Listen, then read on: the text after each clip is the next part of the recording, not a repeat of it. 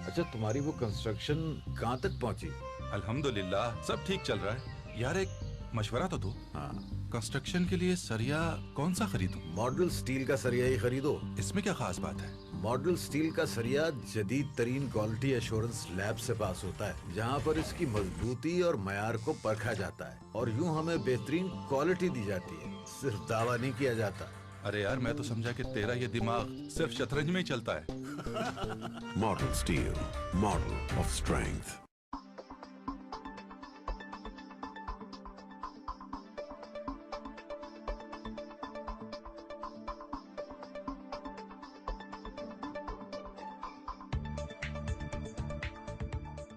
अस्सलाम वालेकुम नाजरीन, मैं हूं शाहिद मियाँ। प्रोग्राम ख्वाबों से तबीर तक के इस सफ़र में बिलीव इन पाकिस्तान और मेड इन पाकिस्तान के कॉन्सेप्ट के साथ powered by model steel group of companies.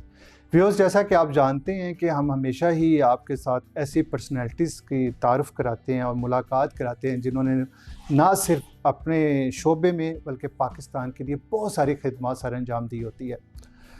आज यकीन मानिए कि मेरे साथ बहुत ही एक यानी कि इंटरेस्टिंग पर्सनालिटी मौजूद है। बहुत सारे तारुफ़ हैं उनकी शख्सियत के। अगर मैं पाकिस्तान की बात करूं, फिर पंजाब की बात करूं और फिर लाहौर की, तो लाहौर की सकाफ़त के अमीन कहें तो ये गलत नहीं होगा।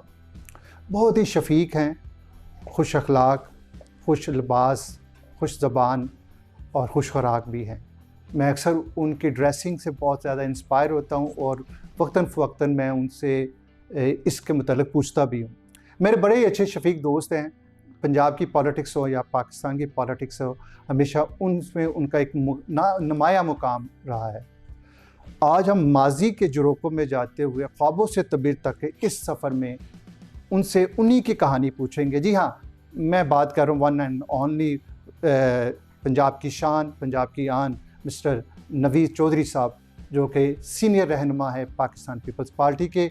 इसके अलावा एक लाहौरी भी हैं वो, और लाहौर की लोहारी की गलियों में खेलता हुआ एक नौजवान लड़का हैले कॉलेज तक कैसे पहुंचा और उसके बाद स्टूडेंट पॉलिटिक्स में एक नाम बनाया, और उसके बाद 1966 से लेकर जब पीपल्स पार्टी का वजूद रखा गया, उन यानी कि दौर से लेकर अब तक ना बिके हैं ना झुके हैं, हमेशा एक ही पार्टी का साथ दिया। मेरे लिए काबिल इज़्ज़त है, मेरे दोस्तों में से हैं। मैं बहुत ही उनकी रिस्पेक्ट करता हूँ। मैं टाइम ज़ाया किए बगैर नाज़रीन आज इस सफ़र में उनको खुश आमदीद कहता हूँ। नवीद चौधरी साहब मेरे साथ मौजूद है। Welcome to my show. अस्सलाम वालेकुम चौधरी साहब।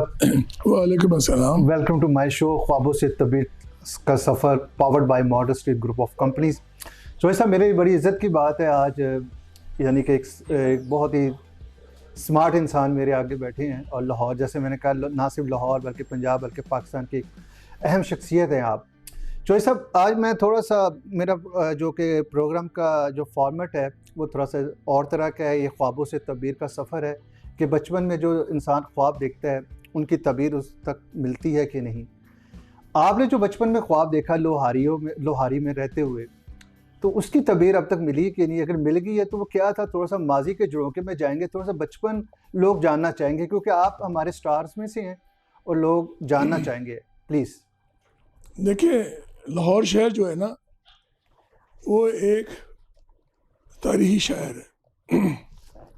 लेकिन जब मेरी पैदाइश वहाँ हुई, और क्योंकि मैं इस लिहाज से कहूँगा एक चहेता बेटा था, क्योंकि मेरे बड़े भाई और मेरे दरमियान 16 साल की एज का फ़र्क है। अच्छा। इस दौरान बहनें थी, तो वो मेरे जो थे ना, मन्नतें मांग के मांगा गया, मैं उस तरह का बच्चा था। अच्छा। आखिरी बच्चा अपने वालिदैन का था उस लिहाज से। तो इसलिए मैं समझता हूँ कि वो मैं पैम्पर बॉय के तौर पे ही बचपन से ही लाडला मुझे कहा गया और देखा गया। और वो कहते थे कि जब तुम सोने का चम्मच लेके पैदा हुए हो, तो तुम्हें हर चीज़ आसाइशें मिल रही हैं। हमने बहुत मेहनत किया, क्योंकि लाहौर शहर के अंदर आपकी जो रहायश है, आपका रहन सहन, आपकी सब चीज़ें बहुत काउंट करती हैं। लेकिन मुझे एक बुनियादी तौर पे बचपन से ही सियासी एंगल बहुत पसंद था कि मैंने पॉलिटिक्स में जाना है। अच्छा। Without any reason. और मैं बहुत ज़्यादा एडमायर करता था 1958 में जब मार्शल लगी है ना, फर्स्ट टाइम, और उस वक्त हमारे यहाँ अमरोज़ अखबार आता था। जी हाँ। अमरोज़ अखबार को मैंने उठाया और दोपहर को जंग अखबार आता था कराची से। तो वहाँ एक शख्स की शख्सियत की तस्वीर मुझे नज़र आई। वो था जुल्फ़कार अली भुट्टो। वाह। थोड़े घुंघरेले बाल और लंबे बाल, और उस पर लिखा था कि उनको वजीर ईंधन व तेल बना दिया गया, पेट्रोलियम और मिनरल रिसोर्सेज का। तो मेरा ये नाम क्या है, भुट्टो कौन है ये? एक होते ना अभी एक और शख्सियत थी, डॉक्टर शुएब थे, वो मिनिस्टर फाइनेंस थे, और ये वो मुझे अभी वो याद है। तो मेरी शाउर में फर्स्ट टाइम जो पॉलिटिक्स की ज़्यादा अट्रैक्शन आई उधर से आई। लेकिन उससे पहले मैं अपने मोहल्ले में कभी भी जाके मैंने ना गुल्ली डंडा खेला, ना गुड़ियाँ उड़ाई, ना बड्डे खेले। मैं कहता था, अब कायदे कहते थे कि क्रिकेट खेलो, तो मैं क्रिकेट खेलनी चाहिए। तो मैंने अपनी लाइब्रेरी बनाई होती थी, जो बच्चों को मैं कहता था यार ये किताबें पढ़ लो जाके, कहानियों वाली लाइब्रेरी, ये नहीं कोई बहुत बड़ी ना जैसे होती है टार्जन की वापसी फलां का ये चीज़, वो मैं उनको देता था। क्योंकि हमारे बाहर ना लोहारी दरवाजे में एक बहुत मशहूर किताबों की दुकान थी, यूनिवर्सिटी बुक डिपो, उसके उनके पास वो बहुत सी कहानियों की थी वो मिलती, तो मैंने वो अपने पास रखी थी, दे देता। तो एक खिदमत का जो जज्बा था ना मेरे बचपन में, मुझे इस तरह से मिल गया वैसे भी कि मैं वो देता, और क्योंकि मैं चाहता था इसलिए मेरी हर ख्वाहिश पूरी हो जाए जो मैं चाहता था। मैंने कहा क्रिकेट का सामान चाहिए, उन्हें ला देना। और मेरे बड़े भाई, क्योंकि वो उनका मेरा वाला साहब तो माशाल्लाह करते ही थे, लेकिन उनका खास मैं देता था। वो कहते थे कि मुझे 16 साल बाद मेरा भाई मिला है, तो मैं इसलिए उन्होंने मेरी अपनी हर ख्वाहिश मेरे पे पूरी की। वाह। बेटों की तरह भी, भाइयों की तरह भी। बेटा तो हर बहुत छोटी बात है, उससे भी आगे, उससे भी ज्यादा। और एंड तक माशाल्लाह, अभी तो फौत हो चुके हैं, लेकिन एंड तक। और वो उनका इसलिए मैं जिक्र करूँगा कि वो लाहौर की एक बहुत मशहूर शख्सियत है, प्रिंस कहलाते थे लोग, लाहौर का प्रिंस आ गया। क्योंकि वो 1956 में हमारे पास कन्वर्टेबल गाड़ी होती थी शेवलेट, उसकी छत उतार के चलाने वाली, एक आइडिया नया था, और रेड कलर की होती थी। और माशाल्लाह ही वाज 6 फीट हाइट थी उनकी, और वेल बिल्ड था और खूबसूरत। तो वो सबने कहा शहजादा प्रिंस जा रहा है, प्रिंस जा रहा है, ऐसे ही वाज नोन एज प्रिंस। तो क्योंकि हमारा बिजनेस भी प्रिंस के नाम से था, तो इसलिए तो वहाँ से मेरे आया। और अल्हम्दुलिल्लाह फिर 1962 की मुझे याद है, लोकल बॉडी का इलेक्शन हुआ फर्स्ट टाइम, पहला इलेक्शन अयूब खान का। उसमें आई वॉज यंग, मैं उससे क्लास 9 में था मेरा हाल, हाँ 9 में, लेकिन तब भी मैंने पूरा पार्टिसिपेट किया। और मैंने अपनी हमारा जो फैमिली जिनको सपोर्ट करती उस बंदे के लिए प्लानिंग करके देखा, और फिर मैंने कैलकुलेट करके बताया कि इतने वोट इसको पड़ेंगे, और मेरी कैलकुलेशन बिल्कुल ठीक निकली। इसलिए बहुत हैरान होते भाई, तो मेरी बड़ा है, तो दूरंदेशी थी आपकी। तो इसी बुनियाद पे मैं इसमें आ गया, स्टूडेंट लाइफ में पॉलिटिक्स शुरू हो गई। और मुझे याद है जब मैं एलए कॉलेज में पहला इलेक्शन लड़ा था 1966 में, मैंने क्योंकि 65 में मैंने FA किया और उसके बाद इधर आ गया। और जब मैंने वहाँ 1966 में फर्स्ट इलेक्शन लड़ा, यूनिवर्सिटी का काउंसलर का इलेक्शन होता था, वो एक लड़ा। तो उसके दौरान मुझे बहुत से दोस्त वगैरह मिले, लेकिन मेरा ये हुआ कि मुझे फर्स्ट ईयर में आने से, फर्स्ट ईयर FA के बाद आप आए हैं, तो लेकिन MA में जो लोग थे वो तो आपसे पहले तो 4 साल पहले, उनसे भी दोस्ती हो गई मेरी। तो मेरा एक ग्रुप बहुत बड़ा बढ़ गया, इसलिए मैं हर साल वहाँ इलेक्शन लड़ता था। मैंने प्रेसिडेंट का लड़ा, मैंने हर इलेक्शन लड़े। तो मैं एक उस यूनिवर्सिटी के अंदर ना एक तरह रच पच गया पॉलिटिक्स के वजह से, मिक्स हो गए आप। और इसकी वजह से आज तक जो भी आप मेरा इतना सर्कल देख रहे हैं ना, वो ये है कि यूनिवर्सिटी में मेरे से 4 साल पीछे और 4 साल आगे सब मेरे ग्रुप है, and they think I am we are class fellows. तो इसलिए अल्हम्दुलिल्लाह वो मेरा एक सिस्टम चलता रहा, और मैं इसी तरीके से अपना करता रहा। इसी दौरान भुट्टो साहब क्योंकि मुझे लाइकिंग मैंने बताया था, वहाँ से एडमिरेशन शुरू हुई। उनकी पर्सनैलिटी से आप इंस्पायर हुए? फिर मैं पढ़ता रहा उनके, फिर वो पता लगा कि जी वो अराई से तल्लक रखते हैं, कौमल राई की मैं बुक पढ़ रहा था, उसमें उनका आया जिक्र, फिर और ज़्यादा मेरी कुर्बत बढ़ गई। फिर वो यहाँ उन्होंने ना, उनके जो कज़न थे मुमताज़ भुट्टो, उनको जनरल सेक्रेटरी बनाया गया था अंजुमन अराइयाँ पाकिस्तान का, जो सरदार अहमद अली साहब ने बनाई थी, आसफ अहमद अली के बाप। जी जी, कसूर से। हाँ, मैं बेसिकली लाहौर लाहौर के से थे, वो थे लाहौर के ही, कसूर में उनकी ज़मीनें हैं हाली। ओके, तो उनकी रहाइश थी वो केनाल के ऊपर थी। ठीक है। तो खैर, तो इस तरह भुट्टो साहब के साथ मेरी एक जो होता है ना आपकी स्पिरिचुअल थॉट्स आ जाती हैं, मैं वो बहुत फॉलो करता रहा। फिर वो फॉरेन मिनिस्टर बन गए। फिर जब उन्होंने छोड़ा अयूब खान को और वो ट्रेन पे आ रहे थे, तो चंद दोस्त हम थे जो उनको ट्रेन पे लेने गए और लेके आए, जिसमें राशिद भट्ट था हमारे साथ, वो मरहूम, और बहुत से दोस्त, एक ताहिर खुर्शीद था FC कॉलेज का प्रेसिडेंट का लड़ा। हम सब 6-7 लड़के थे, जाए चले गए कि इसको इनको लेके आते हैं, इनकी स्पीचेस। उनको लेके हम एक बहुत मशहूर रेस्टोरेंट होता था माल पे, लॉर्ड्स रेस्टोरेंट के नाम से। सॉरी, लॉर्ड्स रेस्टोरेंट, जी। जिसमें सिर्फ लॉर्ड्स तबका ही आगे बैठता था चाय पीते, जिसमें खासकर अमीर मोहम्मद खान जो गवर्नर था ना, वो डायरेक्ट वहाँ रोजाना की चाय पीता था, माल के ऊपर था। वहाँ हम ले आए, गपशप हुई। तो इस तरह हमारा भुट्टो साहब के साथ जो इश्क और प्यार है वो बढ़ता गया। और जैसे ही उन्होंने फैसला किया पार्टी बनाने का,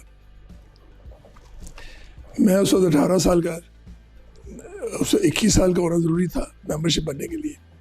तो मैं उस वक्त यूनिवर्सिटी में, तो 21 का हुआ नहीं था, लेकिन वो हमने कन्वेंशन अटेंड किया डॉक्टर मोशर के घर में जाके, और फिर 67 में जाके मैंने प्रॉपर 4 आने की पर्ची में उनसे साइन लेके मेंबरशिप की, भुट्टो साहब से। हाँ, और आज तक उसी पार्टी में बैठा। बड़ी बात है। तो ये सब, इसमें मैं थोड़ा सा एक चीज़ और जानना चाहूँगा, क्योंकि आपका फैमिली बैकग्राउंड जो है पॉलिटिक्स से तो था ही नहीं, कारोबारी यानी कि घराना कह सकते हैं। आपकी हार रोड पर यानी कि एक ब्रांड था, प्रिंस रेडियो का काम था। तो घर से तो मुखालफत हुई होगी, यानी कि वेरी स्टार्ट डे से। असल में मेरी फैमिली जो है ना, 2 बेटे और बाप की ख्वाहिश तो कुछ और होगी। नहीं, मुझे कभी भी नहीं इसलिए हुआ कि मेरी फैमिली वाज नॉन फैमिली और पॉलिटिकल फैमिली के लिए थी अंदरून शहर की। ओके, ये मुमताज़ दौलताना और दूसरे जब थे ना, वो आगे वहीं आगे बैठते थे, उठते थे, देखते थे। लेकिन उन्होंने कभी इलेक्शन में पार्टिसिपेट नहीं किया था। ठीक है। वो ऐसे थी कि एक उनका क्योंकि बिजनेस था वहाँ, तो बेस जो था ना अंदरून शहर का सारा होल्ड उनके पास होता था। बाहर पुलिस थाना, मसले मसाइल लोगों के वही हल करते थे। तो इसलिए मुझे वो एक्सपोर्ट थी वहाँ से। लेकिन जब मैं आया तो मुझे तो अप्रिसिएशन मिली है, कभी भी किसी जगह पे रोका नहीं गया। और वैसे भी मैंने बताया ना कि मेरे भाई का जो मेरे से प्यार था, उस लिहाज से तो मैंने तो एक शहजादों वाली ज़िंदगी गुजारी है, और गुजार रहे हैं यूनिवर्सिटी में भी। देखो ना, कोई बंदा होता है कि आपको यूनिवर्सिटी में गाड़ी मिली हो, आप रोज़ाना गाड़ी पे जा रहे हैं, गाड़ी पे आ रहे हैं। फिर मुझे ये भी याद है कि मैंने कभी क्लास अटेंड नहीं कोई नहीं की थी। अच्छा। होता ये था कि यूनिवर्सिटी में 11 बजे मैं जाता था। ठीक है। 7 बजे से लेकर 11 बजे तक तो क्लास से खत्म हो चुकी थी। लेकिन उस जमाने में क्योंकि स्टूडेंट, आप ना यूनिवर्सिटी के भी लाडले होंगे थे, वो इसलिए दोस्त बहुत थे ना, मेरे ग्रुप बहुत बड़ा था, अटेंडेंस मेरी लगी होती थी। वैसे ही उन्हें पता आना तो है ही इसने, प्रोफेसर भी बहुत प्यार करते थे, उन्हें पता भी आना तो है ही इसने। और हर स्पोर्ट्स की जो क्लब का उसका कप्तान था मैं, क्रिकेट हो किसी को, वो भी एक नया निज़ाम होता है अंदर बैठे हुए। तो आपका एक ग्रुप बहुत बड़ा था।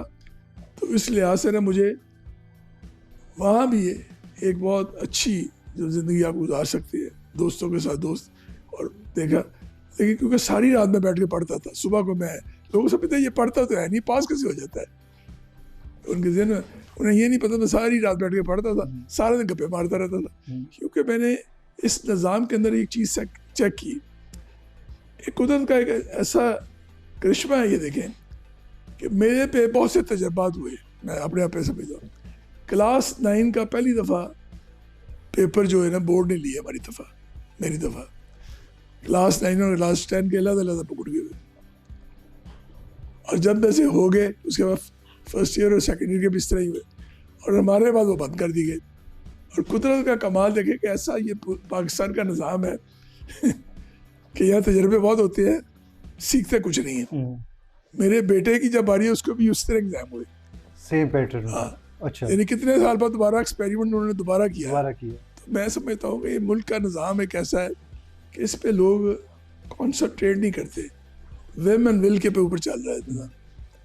और मैं क्योंकि अल्हम्दुलिल्लाह आया फिर पॉलिटिक्स में, अल्लाह ने बहुत इज्जत दी, बहुत मुकाम दिया। मैं पीपल्स पार्टी के अंदर मुझे मोहतरमा ने अपना स्पोक्स पर्सन बनाया, और मैं उनका स्पोक्स पर्सन रहा इंटरनेशनल मीडिया के लिए भी, लोकल के लिए भी। फिर रीजनल मीडिया का मैं इंचार्ज हो गया जितने भी थे पंजाब के।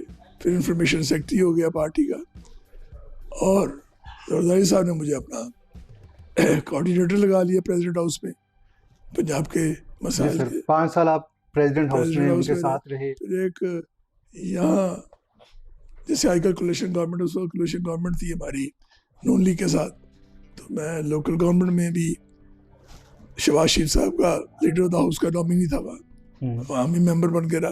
15 साल मैंने वो भी लोकल गवर्नमेंट भी चलाई। तो ये मुझे मौके बहुत मिले हैं, इलेक्शन भी लड़े, और बड़ी एक आप जब गूगल खोलेंगे या गिनीज बुक देखेंगे तो आपको नजर आएगा कि सबसे कम मार्जिन से हारने वाला बंदा कौन है। नवीद चौधरी साहब। उसकी वजह ये थी कि मैं वो इलेक्शन जीत गया हुआ था। स्पेशली सर वो मायूक अख्तर खान के साथ जो उसी आपका हुआ था 2002 की बात कर रहा हूँ। वो तो एक स्टोरी है पूरी, यानी कि 2002 में मैंने इलेक्शन लड़ा यहाँ से कौमी असम्बली का। यहाँ मेरे साथ थे अकरम जकी नून लीग के और मायूक अख्तर काफ के थे। इलेक्शन हो गया, मेरे MP कासिम ज़िया थे नीचे, वो जीत गए, दूसरे के थोड़े कम वोट आए, लेकिन मुझे जो रिजल्ट आया उसमें मैं कोई 5-6 हज़ार वोटों से जीता हुआ था, लेकिन रिजल्ट दे नहीं रहे थे मुझे। मैं रिटर्निंग ऑफिसर के पास गया, देखा तो एक एहसास अदारे के बंदे का फ़ोन मुझे आया उस वक्त। उन्होंने कहा आप जितनी मर्जी कोशिश कर लो, अपने आप को रिजल्ट नहीं देना, ये डिसाइड हो गया है। मैंने कहा वजह, मैंने कहा यार चलो मुझे तो नहीं देना, तो मेरी जगह पे नंबर 2 वाला जीतेगा, नंबर 3 वाले को कैसे जिता लोगे? कहते ये तुम्हारी हेडेक नहीं है। चले खैर, मेरे से एक फ़ायदा हो गया कि मैं क्योंकि मीडिया का बंदा था, मीडिया के साथ रब्ता, तो मुझे PJ मीर का फ़ोन आया इंग्लैंड से, एयरवाई को वहाँ से चलाते थे। उन्होंने पूछा जी कौन जीता है? तो मैंने कहा अकरम जकी जीत गया। मैं नंबर 2 पे और नंबर 3 पे आई हूँ। अब मैं जो खबर दे रहा हूँ तो कंफर्म हो जाती थी ना, उन्होंने चला दी। अगर मैं अपनी जीत का कहता तो शायद ना चलाते। जब मैं क्या मैं हार रहा हूँ, हार गया हूँ नंबर, मकसद मेरा ये था कि उसको हाईलाइट करना कि ही इज नंबर 3, और वो कामयाब हो गए। और मैं फिर उसके बाद घर आ गया। मैंने कहा अब तो नो चांस। वो फिर कोई 12-1 बजे के करीब इन्होंने मुझे हरा दिया, और सिर्फ 625 वोटों से मैं इलेक्शन हार गया जो था। और वो कुछ भी नहीं था, नहीं तो इतना मार्जिन भी हराया नहीं था। गया ना, वो हराया गया वो भी। यस जीते। तो वो हंसी की बात है, लेकिन उससे ये हुआ कि हुमायूं अख्तर की जो मिथ थी ना वो खत्म हो गई पूरे। आज तक वो कभी उसके बाद इलेक्शन नहीं जीत सकेगा, क्योंकि आप जब भी कोई नेगेटिव काम करोगे तो आपको उसका रिस्पॉन्स नेगेटिव ही आएगा। मुझे पॉजिटिव मिला तो मुझे SSO 2 पे उस दौरान मिला गया जो मैंने शायद जीत के भी ना गया होता। बिल्कुल बिल्कुल। तो ये एक रिवॉर्ड होता है आपके ऊपर, अल्लाह ताला का, उसके हिसाब से चलता है। सियासत में इसी तरह चला जाता है। चौधरी साहब, इसके ऊपर मज़ीद हम बात करेंगे। जी नाज़रीन, अभी आप देख रहे हैं कि नवीद चौधरी साहब हमारे साथ मौजूद है। इस टाइम हम लेंगे एक स्मार्ट सा ब्रेक, मिलते हैं आफ्टर दिस शॉर्ट। मदारी साहब भी वही पॉलिटिक्स लेके चल रहे हैं, रिकन्सिलेशन उसी, लेकिन हमारे लोगों को ये होता कि नहीं जी हमें तो इसके खिलाफ है, वो धड़ा है ना, तो वो दूसरे तरह के साथ। इसका बेनिफिट ये लास्ट इलेक्शन में PTI ने बहुत उठाया। हमारे बहुत से लोग जो खामोश होकर बैठ गए। वेलकम बैक नाजरीन, मेरे साथ मौजूद है ख्वाबों से तबीर तक के इस सफ़र में powered by Modern Steel group of companies Naveed Chaudhry साहब। लाहौर की शान वही बात कहूँगा। जी नवीद साहब, प्रैक्टिकली पॉलिटिक्स में जब आप आए तब की पॉलिटिक्स में माशाल्लाह इतना अरसा गुजर गया है, एक तारुफ है आपका, भट्टो साहब से लेके मोहतरमा के साथ आपने काम किया, दुबई तक भी गए उनके साथ, फिर जरदारी साहब के साथ बड़ी कुर्बत रही है भी है, और अब भी सेकंड जनरेशन आ चुकी है यानी कि बिलावल साहब। तो सर क्या फ़र्क फील करते हैं? पीपल्स पार्टी का वही थॉट, वही पॉलिटिक्स है, वही स्टैंडर्ड है, वही सब कुछ है, कि थोड़ा सा उनके आने से अभी फील एज ए यानी कि वो नो डाउट एक नया यंग यानी कि वो आया है, उसके आने से थोड़ी सी चीज़ें चेंज हुई है। आप क्या समझते हैं, वही लेगेसी लेके चलेंगे मोहतरमा वाली के उसमें थोड़ी सी चेंजिंग होगी? देखिए बात यह है कि पीपल्स पार्टी जो है ना वो एक नज़रिए का नाम है, ठीक है, वो शख्सियत का नाम नहीं है। और Pakistan Peoples Party collective party leadership पे बिलीव करती है, इनफरादी सीयत पे नहीं, इज्तिमाई सोच, और यही भुट्टो साहब ने रखी थी। इसीलिए उनका मैनिफेस्टो पहले दिन से ही ऐसा था कि जिसमें सब लोग पार्टिसिपेट करते थे और लोगों ने सोचा कि हाँ भी हमें कुछ मिला इसमें। इसलिए मैं समझता हूँ कि शख्सियत इतनी इंपॉर्टेंट नहीं है इसमें। ठीक है, ये कहना कि जी लेगेसी लेके चलेंगे, जब तक उस नज़रिए पे हम हैं, और वो नज़रिया ये नहीं है कि नज़रिया ज़रूरत, वो नज़रिया है कि जिनके पास वसाइल नहीं है उनको हक दिलवाना, उनको हक दिलवाना, ठीक है, पिछड़े हुए तबके को, आम इंसान, पिछड़े हुए तबके को, महरूम को हक दिलवाना और उनके हकूक़ के लिए जंग गरीबों की लड़ना। पार्टी है। क्योंकि पाकिस्तान पीपल्स पार्टी इसलिए नहीं आती है इक़्तिदार में कि उन्होंने आके रूल करना है और कोई 2 मोटरवे बना देंगे या 2 सड़कें बना देंगे, नहीं, उन्होंने देखना कि उनका स्टेटस कितना ऊपर अप किया है, अपलिफ्ट किया है। तो भुट्टो साहब जब आए तो उन्होंने उन लोगों का स्टेटस अप किया, जब लोग बाहर गए उन्होंने पैसे बाहर से भेजने शुरू किए, उनका एक लिविंग स्टैंडर्ड ऊंचा हुआ। हम लिविंग स्टैंडर्ड पे बिलीव करते हैं। आज भी पेरेंट्स इनकम सपोर्ट प्रोग्राम वो लिविंग स्टैंडर्ड की फोकस है, उसको भी देख ले आप। बिल्कुल, उसमें भी आपको ये नहीं कि 2000 रुपये या 4000, उसमें वसीला हक प्रोग्राम, वसीला रोजगार प्रोग्राम, बहुत से प्रोग्राम है जिसके मकसद ये है कि एलिवेशन करना, एलिवेट करना मकसद है हमारा। और जहाँ तक अल्लाह का आज की सियासत बहुत बदल चुकी हुई है।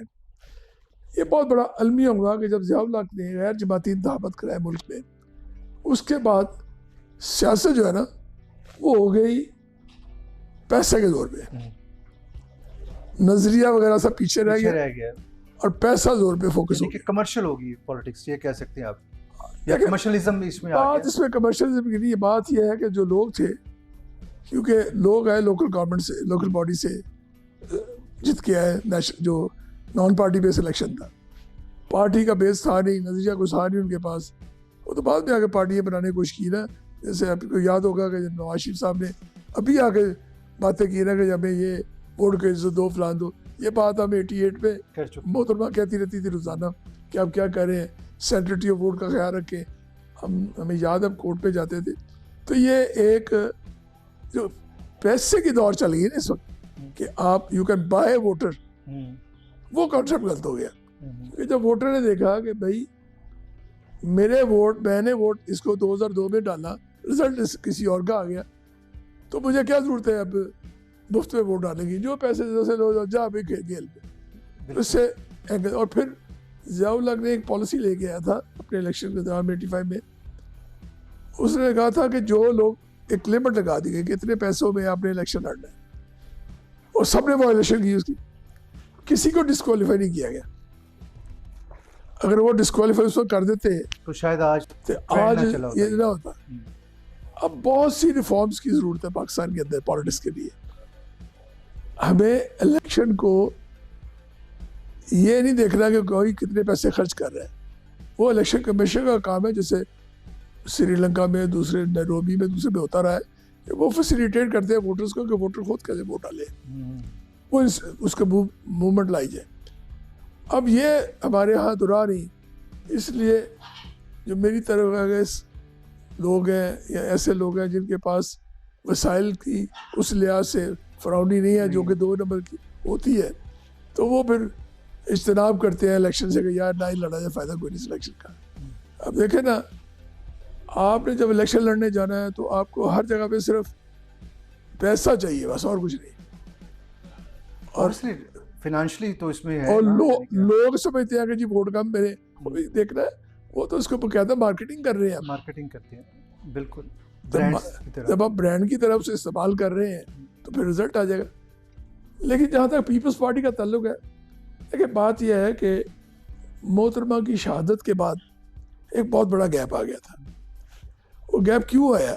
गैप इसलिए नहीं आया कि लीडरशिप ऐसी नहीं थी जो कि लेके चल सकती, नहीं। गैप ये था कि उनका जो सारा ताल्लुक वो वर्कर के साथ बहुत कुछ जुड़ी हुई थी साथ, और एक एक वर्कर को एक स्ट्रगल के तहत वो जानती थी बाय फेस बाय नेम। क्योंकि जब वो दुबई चली गई और ईमेल के जरिए जो आपने उनका राब्ता शुरू करवाया ना, वो बहुत ज़्यादा कनेक्ट हो गया और उन्हें तंजीमों भी पता था। अब जरदारी साहब जब आए, अब जरदारी साहब को आते साथ ही प्रेसिडेंट हाउस जाना बैठना पड़ गया। अगर वो तंजीम चलाते तो शायद वो फिर भी बेहतर चलती, लेकिन वो क्योंकि उन पर भारी जिम्मेदारी आ गई, हालात भी कुछ ऐसे थे, मैं हालात की वजह से कह रहा हूँ ना, ये क्या उनकी जिम्मेदारी आ गई। प्रेसिडेंट हाउस पे बैठ के वो प्राइम मिनिस्टर को भी देख रहे हैं, पार्टी को भी देख रहे हैं, तो वो डिवीजन होनी शुरू हो गई। फरियाल भी बहुत अच्छी हैं, तंजीम साजी के हिसाब से बड़ा वर्क है, लेकिन उनका वो इंटरेक्शन नहीं था उस वक्त वर्कर के साथ जो अब आके हुआ है, जो अब आके उनको हुआ है। तो वो टाइम लगा ना काफ़ी, तो उसकी वजह से बाज़ ऐसे वर्कर खामोश होके बैठ गए जिन वर्कर ने को एहसास था कि बिलावल साहब के अंदर मैंने ये खूबी देखी है कि वो उन्होंने इतने कम अरसे में बहुत ज़्यादा इंटरेक्शन किया, बहुत ज़्यादा लोगों से मिले, उससे एक मूवमेंट बनी है, लोगों में दिलचस्पी आई है। लेकिन कुछ हमारे यहाँ पंजाब की खासकर जब मैं बात करूँ तो पंजाब में एक पॉलिटिक्स का डिफरेंस क्या है? पंजाब में पॉलिटिक्स होती है धड़ेबंदी की, बरादरीज़म भी है इसमें, बरादरीज़म अपनी जगह पे है, लेकिन धड़ाबंदी सबसे ज़रूरी है। अब यहाँ जो वोटर था वो तो नवाज शरीफ की नफरत का वोट था यहाँ, क्योंकि नवाज शरीफ ज़ियाउल्लाह का पैरोकार था, उसकी वोट का नफरत का वोट था, पड़ता था और सोच के खिलाफ थे वो। अब हमें क्योंकि चार्टर ऑफ डेमोक्रेसी जब साइन किया, फिर ARD बनी, फिर दूसरी, वो उस वक्त की ज़रूरत थी। और हमारे यहाँ जो वोटर है ना वो इतना मैच्योर नहीं हुआ जितना मैच्योर होना चाहिए था। वो समझते कि क्यों हम कर रहे हैं। जब बीबी ने ये कहा कि रिकन्सिलेशन की पॉलिटिक्स करनी है तो उन्हें समझा पता नहीं ये मुकमुका कर रहे हैं। रिकन्सिलेशन मुकमुका नहीं होता, लोगों को क्लियर नहीं था ये क्या है, क्या रिकन्सिलेशन मुकमुका नहीं होता। रिकन्सिलेशन होता है कि आपने उन बातों से इत्तेफाक करना है जो कि मुल्क के मफाद में उनके साथ दोनों इकट्ठे लेके चले, ना कि उसका बेनिफिट कोई ताले इस्तेमाल कर ले। ये था रिकन्सिलेशन, ताकि एक और मार्शला या एक और रास्ता लगे। जरदारी साहब भी वही पॉलिटिक्स लेके चल रहे हैं, रिकन्सिलेशन उसी। लेकिन हमारे लोगों को ये होता कि नहीं जी हमें तो इसके खिलाफ है, वो धड़ा है ना, तो वो दूसरे धड़े के साथ है। इसका बेनिफिट ये लास्ट इलेक्शन में PTI ने बहुत उठाया। हमारे बहुत से लोग जो खामोश होकर बैठ गए या वो उनकी तरफ वोट डालने चले गए कि जी इन्होंने तो इसको नवाज शरीफ के साथ ही रहना है। लेकिन आज मैं समझता हूँ उनके अंदर मैच्योरिटी आ गई है वोटर्स में। वोटर में आज वो रियलाइज कर रहे हैं, इसलिए वो वापस आना शुरू हो गए हैं। लेकिन शोएब साहब मैं समझता हूँ कि पंजाब का जब आपका वोटर है, एक टाइम था कि पंजाब में पीपल्स पार्टी का बड़ा दौर था, बड़ी सीट्स भी होती थी। वो पंजाब का जो वोटर वो ज़्यादा समझदार है एज कम्पेयर सिंध या पेरिफेरीज के, ठीक है, वो कंपेयर करता है कारकर्दगी के ऊपर। मैं नहीं समझता, ये गलत मैकेनिक्स है। ओके, मेरे एक्सपीरियंस के मुताबिक देखिए बात यह है कि पंजाब का जो था ना, पंजाब का जो वोटर है और पंजाब के जो लोग हैं वो नज़रियाती वो लोग हैं बहुत ज़्यादा, और नज़रिए के हिसाब से वो देखते हैं कि इस नज़रिए में इज्तिमाई सोच कहाँ है, ठीक है। लेकिन जब इज्तिमाई सोच को 1995 के वोट गैर जमाती इंतखाबात ने इज्तिमाई सोच को ख़त्म करके इनफरादी सोच पे ले आया और फिर कारकर्दगी हुआ। फिर उसने कहा मेरे बेटे को पटवारी बनवा दो, मेरे बेटे को फलां लगा दो, वो मैं आ गई। हमारे दौर में मैं नहीं होती थी, हम सोचते थे कि पॉलिसी ऐसी लेगा जिससे सारे तबके को फ़ायदा हो, जो एलिवेशन की बात कर रहे हो। सिंध के अंदर मैच्योरिटी है इस लिहाज से कि वो वहाँ इनफरादी सोच नहीं है अभी तक भी है। सर वहाँ भी तो दड़ेबंदी है ना, वैसे ही वो दड़ाबंदी और चीज़ है, ठीक है, इनफरादी सोच नहीं आई, ठीक है। अभी वो इज्तिमाई सोच ही रखते हैं, कभी एक पार्टी के साथ नहीं, पार्टी नहीं, इज्तिमाई सोच है कि हमें हमारे मफाद में क्या है पूरे सूबे के लिए, ठीक है। इसलिए आपने देखा होगा कि वहाँ जो सिंध के जो लोग हैं वो इसकी वजह क्या है? वजह है कि हमेशा पंजाब को गाली निकाली गई माजी में, और हर सूबे को महरूमी का जिक्र किया गया, चाहे वो KPK हो, चाहे वो सिंध हो, चाहे वो बलोचिस्तान का जी या महरूमी है, तो उनको महरूमी का एहसास दिलाया गया। इसलिए अलहदगी पसंद कुव्वतों ने बहुत काम किया हुआ है वहाँ। अब ये पहली दफ़ा एक फेडरल गवर्नमेंट आई, एक ऐसी वफाकी सोच ले गई भुट्टो साहब की, जिसकी वजह से उन्हें वफाकी इकाइयों में इकट्ठा किया गया। जब वो इकट्ठा किया गया इसके लिए, तो इसलिए जो लोग हैं ना वहाँ सिंध के, जो वो क्योंकि वो GM सैयद के वक्त से दूसरे से मारे खाई हुई थी, वो समझते हैं कि वो एक्सप्लॉइट कर रहे थे, ये ठीक बात कर रहे हैं। अब वही KPK में हुआ, वही अब बलूचिस्तान में हो रहा है। अभी देखा ना इस दफ़ा बलूचिस्तान में बल्दियाती इंतहा में बहुत चेंज हुआ है। उसकी वजह ये है कि वो सोच डेवलप हो गई अब, कि वो लोग समझते हैं कि हमें एक अलहदगी पसंद से कोई फ़ायदा नहीं होना, हमें अपनी इनफरादी की बजाय इज्तिमाई सोच में है। अच्छी बात है ये तो। पंजाब के अंदर ये चीज़ आहिस्ता सा कम होते होते इनफरादी में आ गई है। ओके।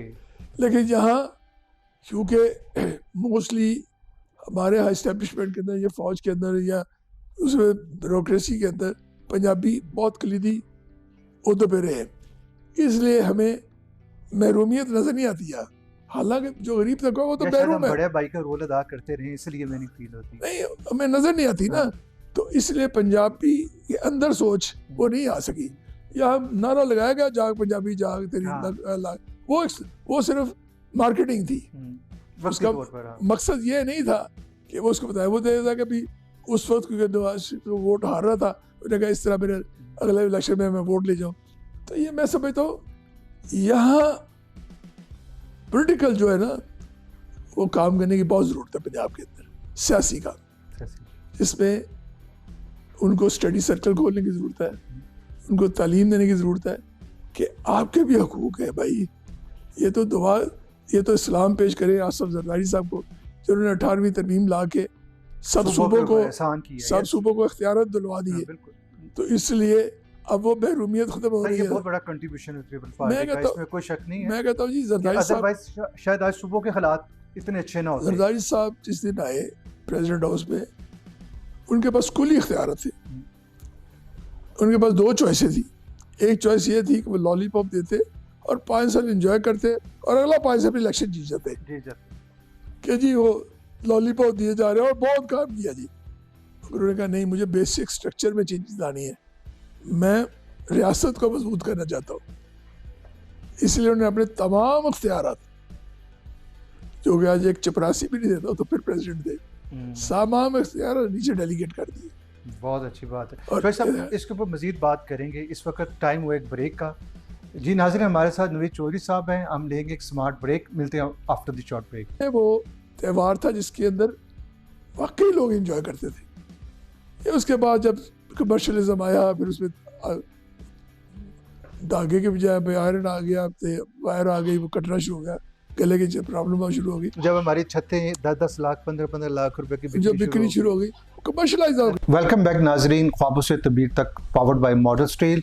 जी चौधरी साहब, ये बताइएगा थोड़ा सा, चूँकि पॉलिटिक्स के ऊपर बात हो रही मौजूदा हालात में, मैंने अपने 42 ईयर्स के कैरियर में या मैंने आज तक इतनी तलखी नहीं देखी कि ना सिर्फ माजी में पीपल्स पार्टी के और मुस्लिम लीग में बहुत ज़्यादा आपस में तनाव भी रहा है, लेकिन इस तरह की पॉलिटिक्स नहीं देखी जिस तरफ अब पॉलिटिक्स जा चुकी हुई है कि एक जो कि हमारे PTI के तरफ से जिस तरह का एक परसेप्शन दिया गया, लोगों में क्रिएट किया गया, गुस्से की कैफियत दी गई है कि बदतमीज़ी का अंसर उसमें आ गया। आप इस पर क्या कहेंगे और इसको किस तरह से कूल डाउन किया जाएगा? देखिए, मैं नहीं समझता कि कोई बदतमीज़ी का अंसर इस लिहाज से है कि उठे, असल में सोशल मीडिया का कमाल है। उसमें सोशल मीडिया एक ऐसा टूल्स है आपके पास कि उस पर शुतर वे महार की तरह आप जिसको जो मर्जी कह सकते हो, आपके उस पर चेक एंड बैलेंस नहीं है। अखलाकियात भी तो होनी चाहिए, इसीलिए कह रहा हूँ ना, उस पर चेक एंड बैलेंस नहीं है ना। तो आप जब उस पर जिसको चाहे गाली निकाल दो, जिसको चाहे उसका कैरेक्टर असैसिनेशन कर दो, आपको पूछने वाला कौन है? असल में उस पर देखने की ज़रूरत है कि उसके अंदर अखलाकियत कैसे लाई जा सके। जहाँ तक तलखियों का तल्लुक है, सियासत में तलखी आती रहती है। हमारे दौर में भी मुझे याद है बहुत ज़्यादा तलखी थी, तलखी आती है। लेकिन एक खामी है कि इमरान खान साहब ने उस तलखियों को एक्सप्लॉइट करने की कोशिश की, उसको मेंट करने के बजाय वो खुद जब कहते हैं उसका पार्ट बन गया, तो उसका जब हिस्सा बन गए तो लोग उसे अप्रिशिएट करते हैं। जो हीरोइज्म होता है ना, वो देखते हैं कि मेरा हीरो क्या कह रहा है। देखो भुट्टो साहब अगर किसी के मतलब बात करते थे तो वो किसी तंज़िया अंदाज में बात करते थे। अगर किसी को नाम देते थे और किसी को आलू खां कह दिया या किसी को दूसरा कह दिया तो वो उनकी जिसामत के हिसाब से। अब ये डीजल तो कह रहा है, लेकिन डीजल के साथ साथ देखना है कि भाई डीजल के साथ तुम पेश क्या कर रहे हो। ये चीज़ें मैं इसलिए कह रहा हूँ वो कॉपी कर रहे हैं क्योंकि भुट्टो साहब को कोशिश करें कॉपी करने की। इमरान खान की सियासत जो है ना वो चू चू का मुरब्बा है, आधा तीतर आधा बटेर, क्योंकि नज़रिया तो उनके पास है कोई नहीं। कभी वो मदीना की रियासत की बात करते हैं, वो उस वक्त करते हैं जब उनको कान में कहा जाता है कोई इस्लामी टच दो जी, कोई इस्लामी टच दे देना तो वही कहते हैं हाँ वो आ गया, क्योंकि उनका एक्सपीरियंस नहीं था पॉलिटिक्स का, क्रिकेट का एक्सपीरियंस था।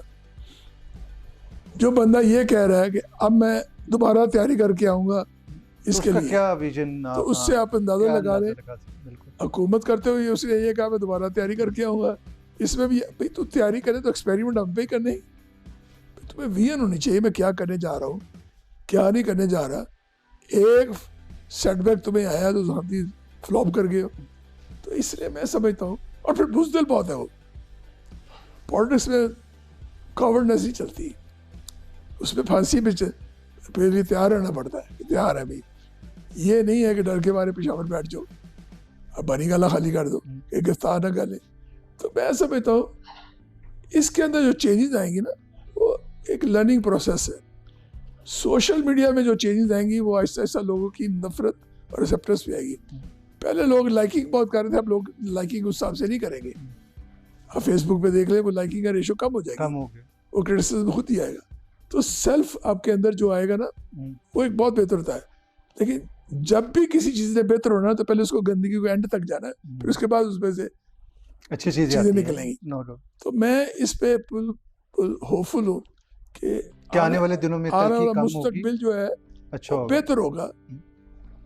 वो उसके अंदर गम और गुस्सा किसी और टाइप का आएगा, वो मुस्बत आएगा, दूसरा नहीं आएगा।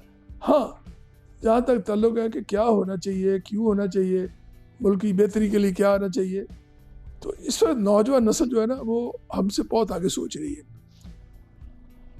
इसलिए कि उनके पास ज़राए बहुत अच्छे ज़्यादा है, चॉइसेस बिल्कुल उनके पास ज़राए अच्छे हैं। जो सोशल मीडिया को तो पॉजिटिव जिन्होंने इस्तेमाल किया ना उससे उनको बहुत इन्फॉर्मेशन मिल रही है।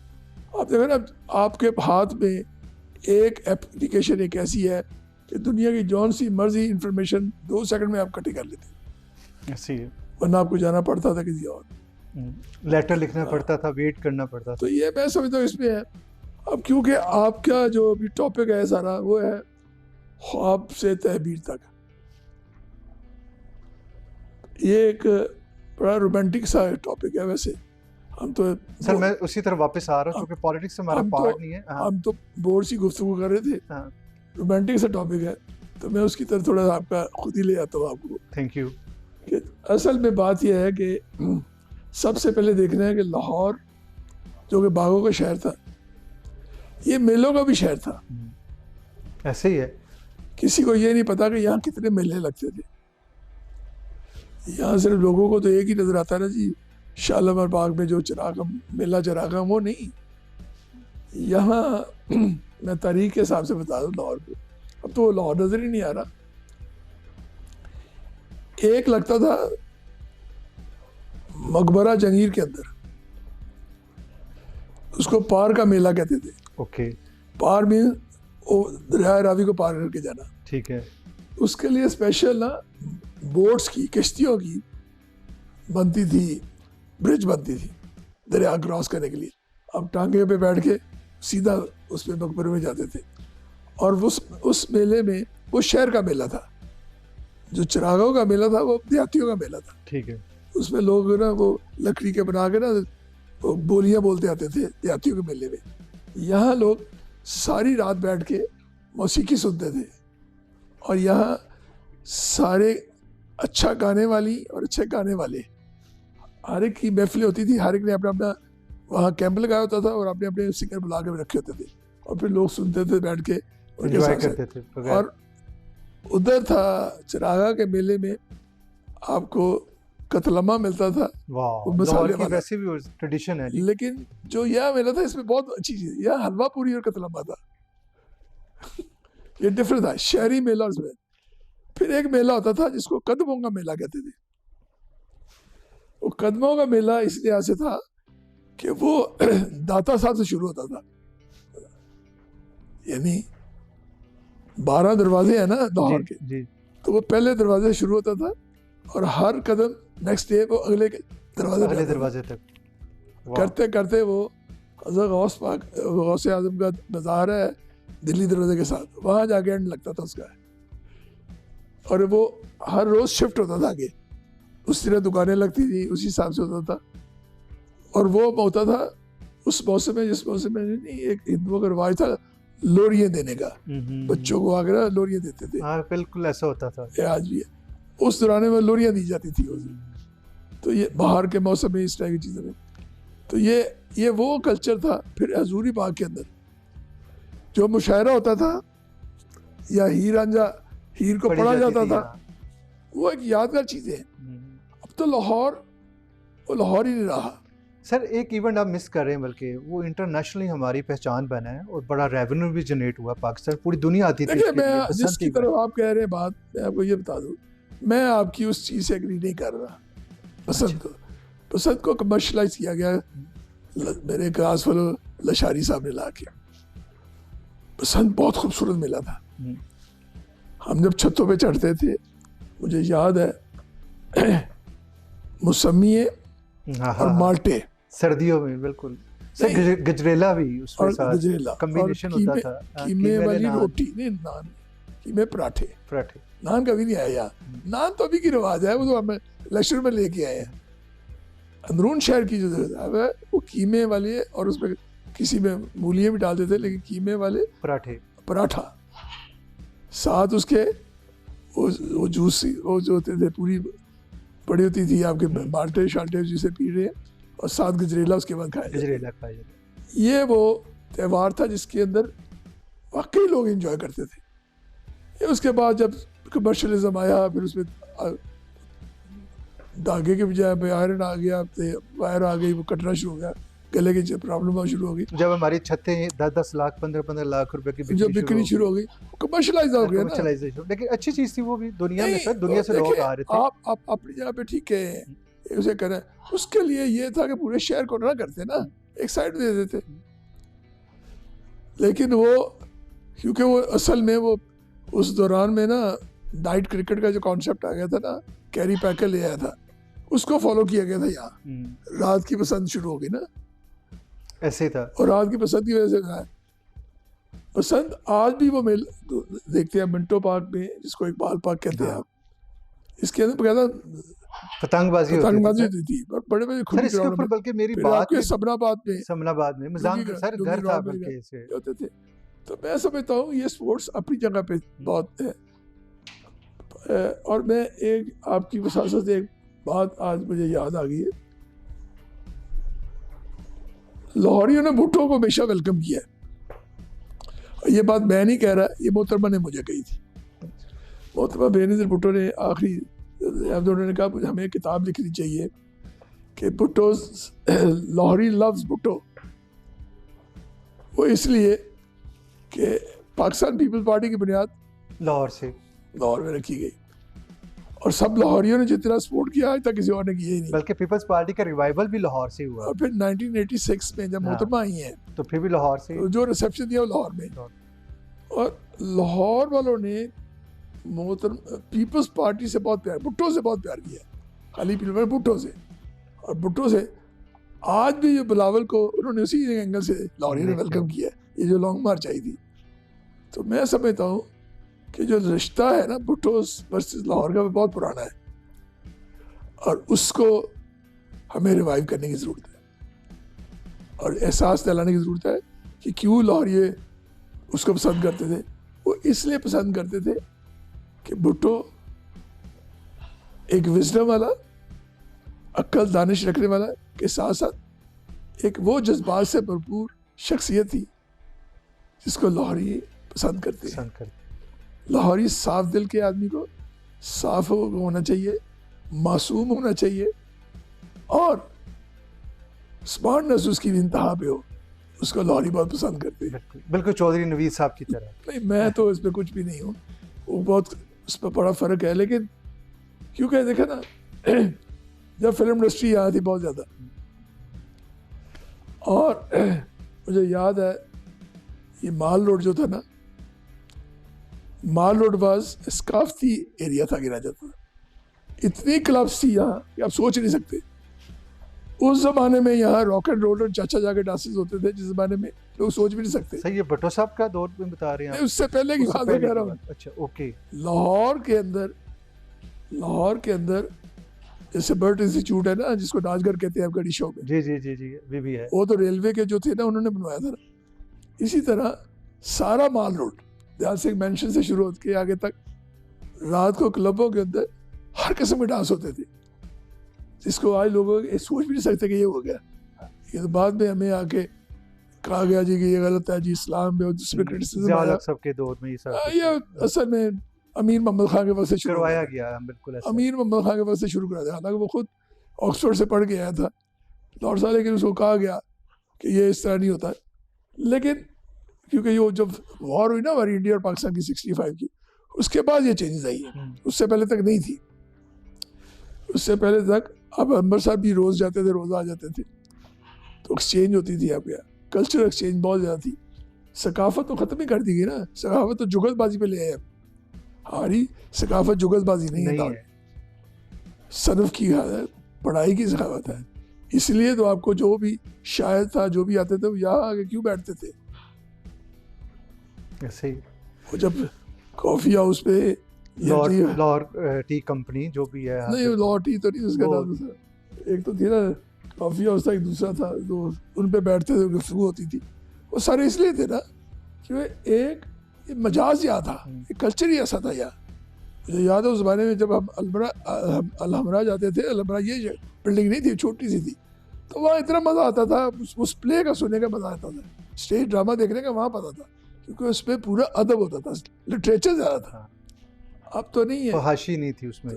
फाशी भी होती है लेकिन ज़ूमैनी नहीं थी। हाँ, आर्ट था उसमें देखने का।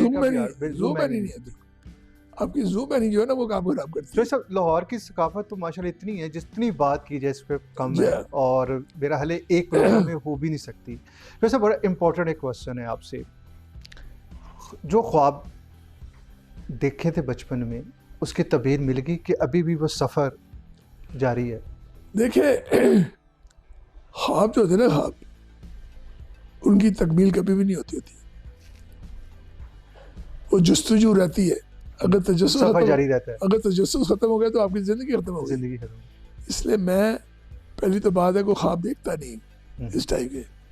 नहीं सर, ये ख्वाब नहीं था कि एक दिन मैं पॉलिटिक्स में जाऊंगा, ये कभी ख्वाब नहीं था मेरा, ये सोचा नहीं था। बस नहीं, ये ख्वाब ही हकीकत थी, पहले दिन से इल्म था। ये मेरा पैशन था ना, पैशन को ख्वाब नहीं कह सकते। ठीक है, ये मेरा पैशन था, पॉलिटिक्स मेरे पैशन है, और इसके अंदर मैंने ये नहीं देखा कि मैंने कहाँ जाना है क्या नहीं जाना, वो होता ख्वाब कि मैं मुल्क का ये बनूंगा, वो ख्वाब है, मैं काम नहीं देखा। मैंने कमिटमेंट और पैशन के तौर पे इसको किया। प्रोफेशन मेरा बिजनेस है, पॉलिटिक्स मेरा पैशन है, अब मैं पैशन के तौर पे इसको लेके चला। ख्वाब मैं देखता हूँ, बहुत सुहाने ख्वाब देखे हैं, और उसकी हकीकतें भी नज़र आती रहती है। वो ये है कि आपको कलरफुल माहौल मिलता है, आपको लोग दोस्त बहुत अच्छे मिलते हैं। अल्हम्दुलिल्लाह मेरी खुशकिस्मती है कि मेरे इतने अच्छे दोस्त हैं कि मैं कुछ उनकी मिसाल देता है। यानी सब मेरे दोस्त सिर्फ दोस्त नहीं है, वो भाइयों से भी बढ़ गए। जी, मुझे अंदाजा है, और इतना प्यार है उनके साथ मेरा, और एक नस्ल से चले जा रहे हैं। महफिल की जान होते हैं आप, जहाँ भी होते हैं, वो उनकी वजह से है, उनकी वजह से वो प्यार इतना देते हैं, रिस्पॉन्स इतना अच्छा आता है, और इसमें एज ग्रुप का कोई लिमिट नहीं है। ये भी मैं बता दूँ, मेरी दोस्ती किसी एज की मुताज नहीं है।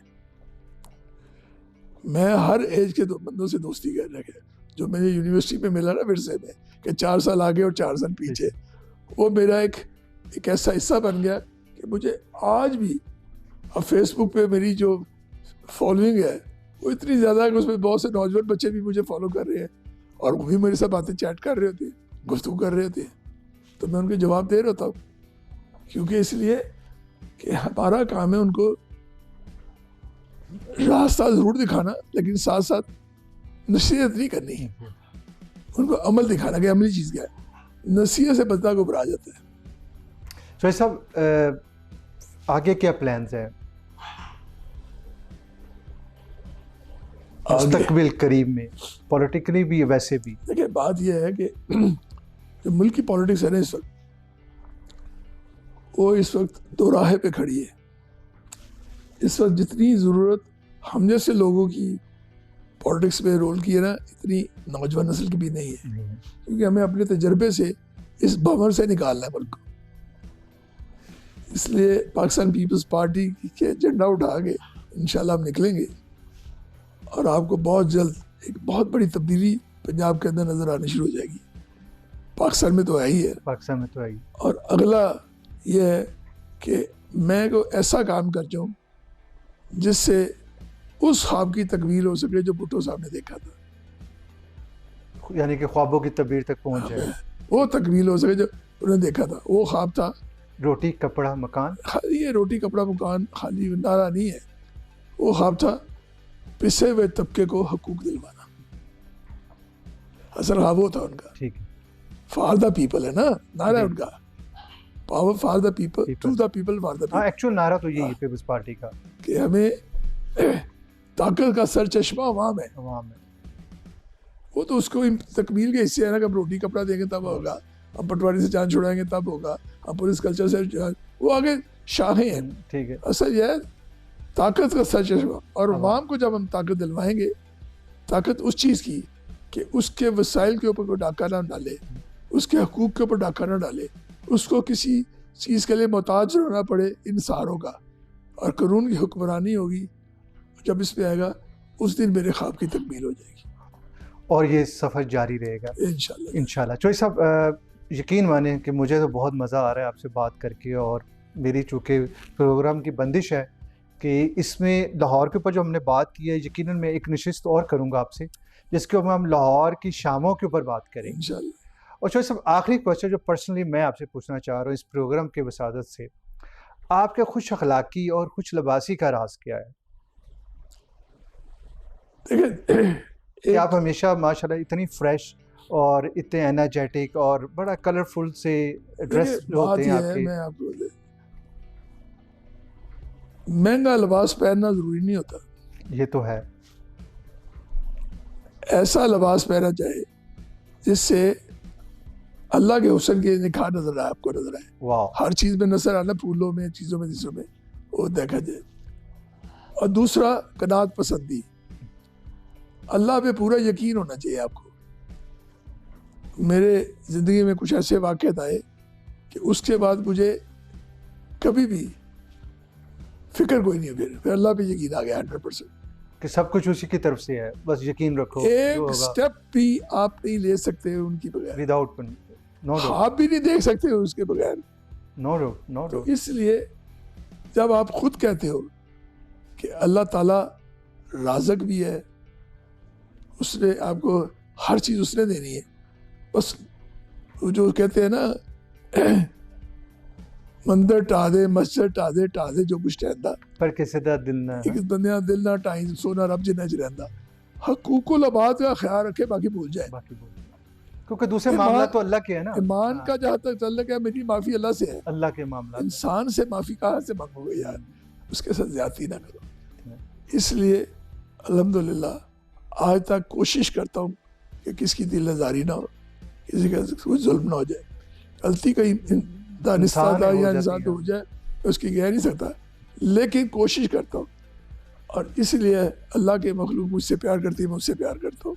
सर यही आपकी यानी कि स्मार्टनेस का राज है मेन, हर चीज़ का राज है, हर चीज़ का राज। स्मार्ट नहीं, हर चीज़ का। जी नाजरीन, आपने देखा नवीद चौधरी साहब जैसी पर्सनालिटी आज हमारे साथ मौजूद है। यकीन माने चौधरी साहब, मुझे बहुत मज़ा आया और मैं शुक्रिया अदा करता हूँ। आपका शुक्रिया क्या। और स्पेशली आज आप हमारे गेस्ट हैं modern Steel group of companies की तरफ से, उन्होंने आपके लिए स्पेशल गिफ्ट भिजवाया है जो आपको हमेशा याद दिलाएगा कि आप ख्वाबों से तबीर तक के सफ़र में हमारे साथ सफ़र राह थे? उनके स्टील को अब बहुत ज़्यादा ख्वाबों में इस्तेमाल करते हैं। अच्छा, थैंक यू। हमारी बिल्डिंग में काम उन्हीं का लगता था। नहीं सर, पाकिस्तान लार्जेस्ट ब्रांड है जी वो। सर, ये model steel group of companies की तरफ से आपके लिए गिफ्ट है जो आपको हमेशा याद दिलाएगा कि आप हमारे सफ़र में हमारे मेहमान थे। हम भी पायदारी में आगे जाएंगे इंशाल्लाह। इंशाल्लाह। Thank you.